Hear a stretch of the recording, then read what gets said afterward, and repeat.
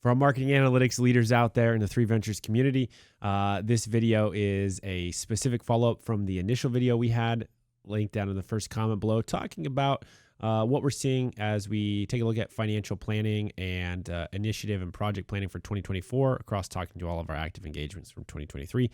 Those camps fall into two camps: risk-averse, risk-tolerant. And this is going to be specific to the marketing analytics ecosystem as we look at initiatives that we are seeing being planned for both camps of being risk-averse or risk-tolerant. And I want to give you all some ideas and some options. So we'll start with the risk-averse, basically meaning those who will want to take less risk. As you're aware, Google Analytics 4 has been nothing short of a pain in the butt. Reporting capabilities are lacking. Thresholding is a horrible thing, and now sampling is back. And at the end of the day, really what it comes down to is if you are any type of a marketing leader and you use that for a source of insights, the initiatives that are being planned on this front are like very small capital expenses, making sure that you are ingesting that data into BigQuery and you have some type of reporting tooling built off of that BigQuery data source, whether that's Looker or Tableau, Power BI, etc. Doesn't necessarily matter, but basically that's giving you the functionality that you need to have some reporting to generate insights around your marketing performance, campaign, content, website, apps, etc., so that you can be able to run all of your current activities, initiatives, responsibilities, etc. Because the Google Analytics 4 interface has largely taken a lot of those away.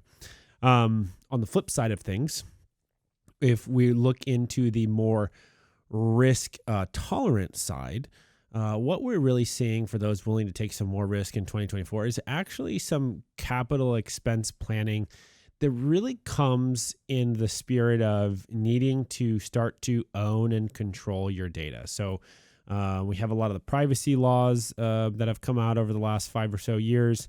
We have the updates to Google tracking that are coming out in the EU with the Digital Marketers Act.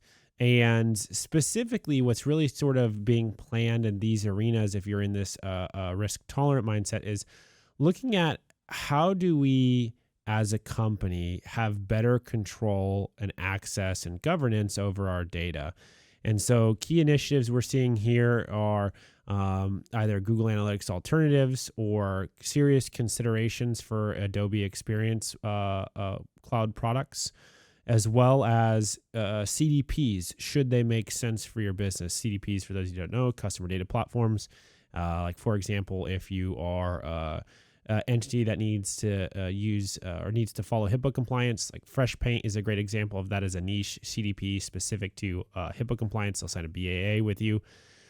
And we're seeing these arenas be planned out so that organizations have not only more governance, but more control over all of their marketing data. So being able to integrate with any of their advertising platforms that they need, getting past a lot of these cookie challenges issues as cookies are being more villainized, and overall, as an organization, having better insight into their individual customers and really democratizing that for their marketing teams.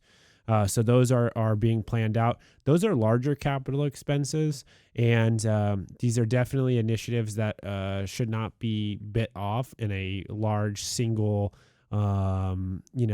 big boom release type of approach.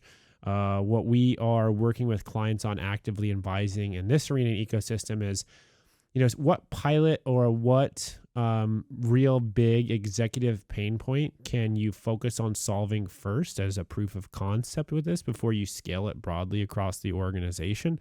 Obviously, given key considerations for data architecture and making sure that your reporting needs, business process, everything else are baked into that data architecture.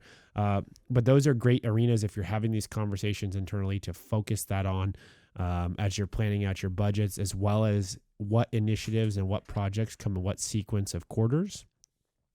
Solve the executive pain points first. It definitely helps get that buy-in from a top-down perspective and some support. And these are some great insights for you all based off what we're hearing on planning for 2024 for your financial budgets, projects, and initiatives. Thank you very much.